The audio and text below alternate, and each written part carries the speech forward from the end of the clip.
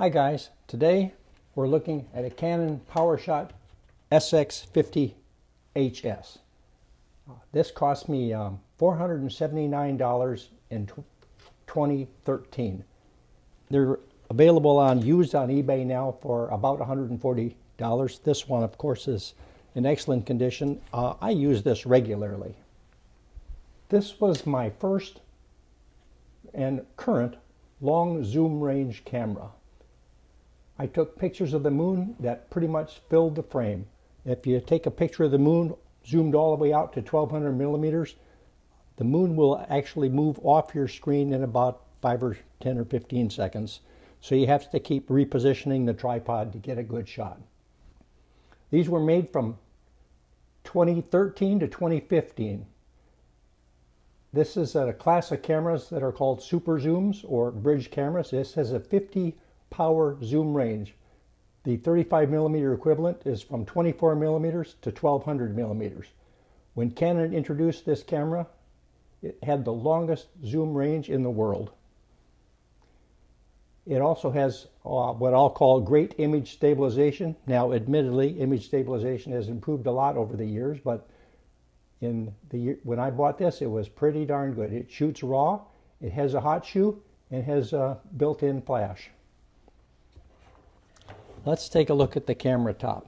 First, you'll notice that I have a dot gun sight mounted on this one, and we'll talk more about that in a little bit. Let me remove that. It's just mounted on the hot shoe. One thing you have to be careful with when you mount one of these on the hot shoe is if you have a metal mount, and this one is not plastic, you have to insulate it from the hot shoe, otherwise the camera gets confused, which I found out the hard way. On the top we have a flash button. We have the pop-up flash, which you can manually lift up. The hot shoe, and this is a fairly modern camera, so this hot shoe takes all of the Canon flashes with some of the very sophisticated and expensive flashes, which if you bought one of these used, a good Canon flash would cost you more than the camera. This is the on-off button here. When you turn it on, it zooms the lens out to some minor, in fact, the wide angle setting. Here's the telephoto setting for 1200 millimeter. This little lever on the front then, of course, is the zoom lever. The mode dial has a lot of interesting modes, but I have to admit 99% of the time I just take pictures in P mode. It has two custom settings, which are always useful, and of course the shutter button is in the center of everything. The mode dial has a lot of really interesting modes. There's the obvious custom 1, custom 2, manual, aperture priority, shutter priority, which they call TB in Canon land, P mode, which is program mode, a fully automatic mode, which is what you put it in when you want your mother-in-law to take your picture with it. And then you start all of these crazy custom modes. The first one is called movie digest mode. In this mode, it takes, every time you take a normal picture, it also records a 2 to 4 second video clip. At the end of the day, those are combined into one movie. And if you didn't do anything with this camera, but you were on a trip, a 7-day trip, you would end up with 7 little movies. I've never used it. The next one is sports mode, and it's for taking high-speed shots, and they're stored in a special group, kind of like what Apple does when you do burst photos. The next mode is scene mode. Now, when you do these modes, I'll open the back here and maybe you'll be able to see them. When you switch to these different modes, it pops right up on the screen and tells you what they are. So when we go to scene mode, right now it's set in portrait. And within scene modes, you can change all of them by hitting the select button here. And then you can scroll through the different settings. So there's screen mode, portrait mode with smooth skin. This is called smart shutter mode, which if you have it in this mode, then when you aim the camera and it sees people and they recognize their faces, it starts taking pictures all by itself. This is the high speed burst HQ, which is kind of like just setting it up for high speed interval, but in fact it only takes 10 pictures as quick as you can. Here, I'll do it. Well, I only held the button down for 3, but if you hold the button down and don't release, it takes 10 photos. Then this is handheld night shot. This is for snowy backgrounds. And this is for fireworks. And this is stitch assist. You have a left and a right. Now in stitch assist, it just helps you move the camera the right amount. It doesn't actually stitch it. You'd have to do that with their external software, which I've never used. And then it wraps back around and repeats the same sequence.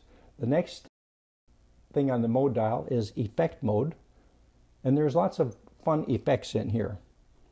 And again, when you put it in there, it'll select one of them, and if you press the set button, you can scroll through the different effects. Right now it's in monochrome.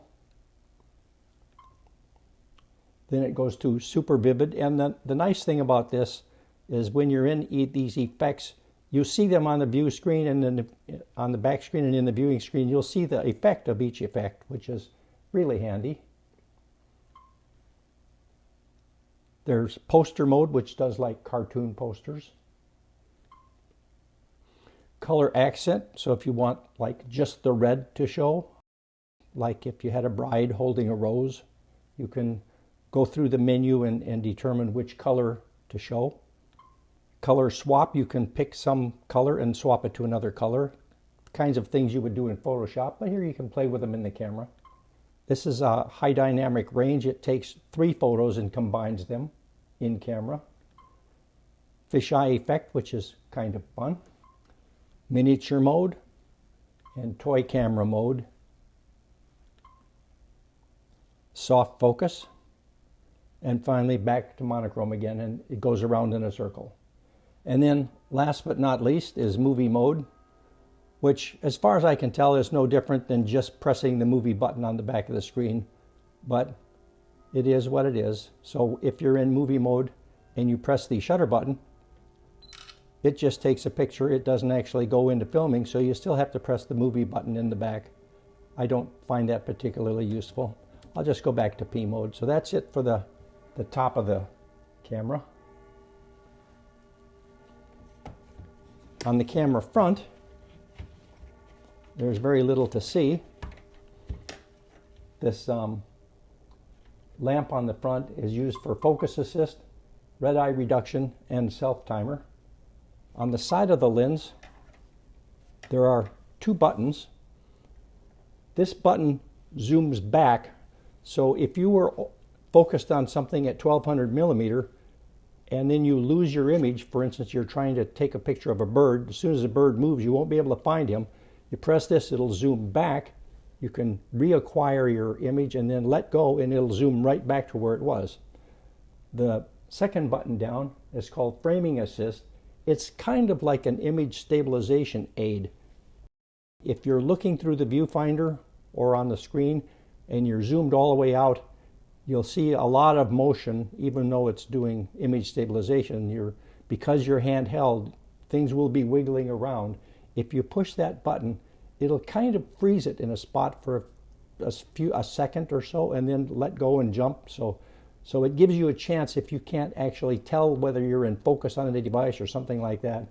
But I found that I never used that. On the left side of the camera, we just have the luggage strap mount, and these little holes are the speaker. And on the right side of the camera, we have the other strap mount and a little access door. And in this access door,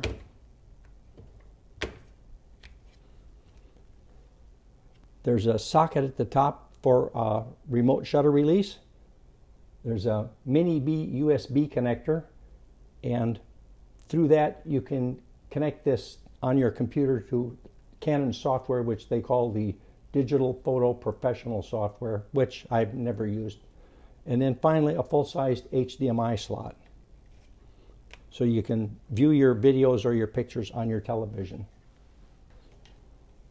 On the camera bottom, we have a standard 1/4-20 tripod socket and the access door to the battery and the SD card. And then there's this little flap that's made for the DC coupler. If you get the optional AC adapter kit, which the part number is ACK-DC80 from Canon, then you replace the battery with this unit that will plug into the wall, and then to get the cord out, you push this little plastic lever off to the side like that, and that way the cord has a place to go. You can shut the cover and the cord would come out that little hole.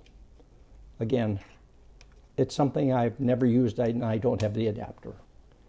And then finally, on the camera back, we have a fully articulated screen, which I would recommend any camera. I can't stand digital cameras that don't have fully articulated screens. It's great for taking pictures over your head or on the ground, or flip it all the way around, so you can see your own picture in it. It's especially handy, I think, when you're doing tripod work, especially if you was to do macro photography. This little button here with the S on it is the shortcut button. You can program that to do different things. There's a little rotary knob there that's your diopter adjustment for the viewfinder. And of course, the viewfinder window itself. This button is the playback button, which you use to chimp your photos after you take them. And it's hard to see, but there's an LED indicator right there, and when you turn it on, the LED indicator goes green. And of course, the screen lights up. I'll turn this back off so I can retract the lens to set this down. And there's the movie button, which is a handy spot and sort of a normal spot for most cameras. This is the you can push this button to move the focusing point around, and then when you're in playback mode or looking at pictures, you can. Then there's a garbage can there. If you're in playback mode, you can use it for garbage. And finally, we have the mode dial. There's a dial and a 4-position. It rotates to go up and down menus, and it also clicks left, right, up, and down. So you have an ISO on the bottom, manual focus or macro photography on the left. The self timer is on the right, and on the top is exposure compensation or selecting images when you're in playback mode. And in the center of everything is the function set button, which you end up using a lot. And then down below that we have a display button, which changes what's showing on your screen when you're taking pictures. And finally, a menu button. Sort of the normal things you would have on every modern point and shoot camera.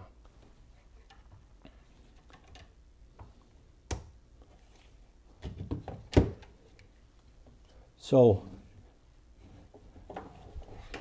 I'll talk about this dot sight here for a second. It turns out, and I didn't know this till I got this, but most guns, handheld guns, have a 20 millimeter rail on them that you connect dot sights or laser sights to. Now, laser sights wouldn't be useful with this. You'd never get a laser dot you'd never be able to put it on a bird or a bird in flight, but dot sights are quite useful. And this one was cheap. This is $24 on Amazon, not counting the mounting adapter from the tripod socket to a rail. And I'll leave links below the video on where you can find this particular dot sight. I don't think it's my favorite dot sight by any stretch, but it was what I got. And when I bought this rail adapter, I got it from I didn't get it on Amazon, and I can't find it available anyplace now. But again, because it has a metal base plate on the bottom, you're probably better off if you could get one with plastic. I don't know if any of them are. You can get HS50 camera on Amazon for $250. On eBay, they're of course cheaper. I had a devil of a time trying to take a picture to show what the dot sight looked like. It does not look like this. This was taken indoors because the image is at infinity. So here I am outside. You can see this is, I had selected the red dot sight. There are like 5 different figures you could put. Here's an example of a green one. You have no idea how many pictures I had to take to get this one to turn out. And here's another picture taken inside where you can see the green one, but again, it's out of focus because the dot is projected at infinity. Olympus made a camera called the SP100EE, which has a dot sight built in. I'll leave a link to that. And there's 3 kinds of adapters I found on Amazon to mount these 20mm rails, which is fairly common for all dot sights. I'll leave links to those. Olympus also sells a separate dot sight for $130. I'll leave a link to that. And Nikon also has their own dot sight that'll fit on, of course, they say Nikon cameras, but the reality is it'll fit in any hot shoe or cold shoe. And that's $130. Whoops, that's $175 according to the Nikon site, but they're not on Amazon, but I found them on eBay for $130 new. So there's a lot of choices if you want to mount a dot sight. Now I find this is really useful for birds. If you're trying to take pictures of birds in flight or even small animals a long ways away, you zoom out to 1200mm and you can take a picture of a bird that's sitting still, but as soon as he moves, you'll lose him in the viewfinder. So if you zero in on the dot sight, then just look through it as the bird moves. You can hold down the button and be taking pictures at about 2.2 frames per second.